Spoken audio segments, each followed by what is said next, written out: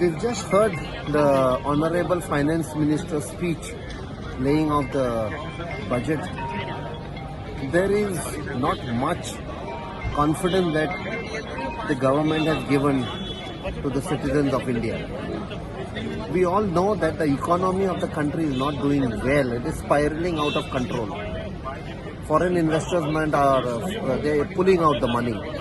Now, I heard the speech very intently, hoping that there will be something offered to the middle class.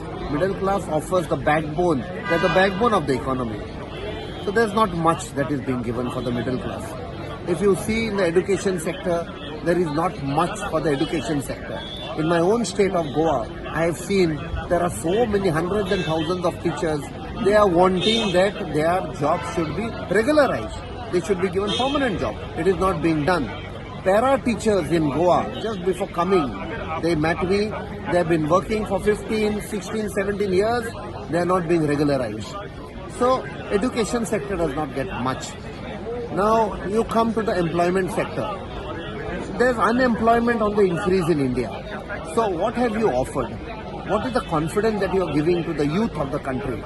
If you see in my own state of Goa, there is a job scam. Why the job scam? Because there are no jobs. And if you want job, you have to pay money to the elected representatives of the government. So, I think so the unemployed youth of the country are also let down. You come to the health sector. What has she offered to the health sector? There's not much. She was boasting about women doing well in the armed forces and police.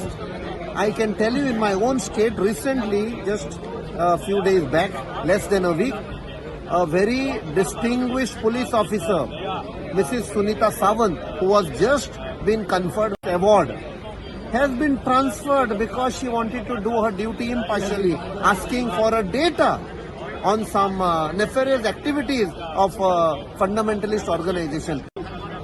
So overall, this government has let down the people of the country.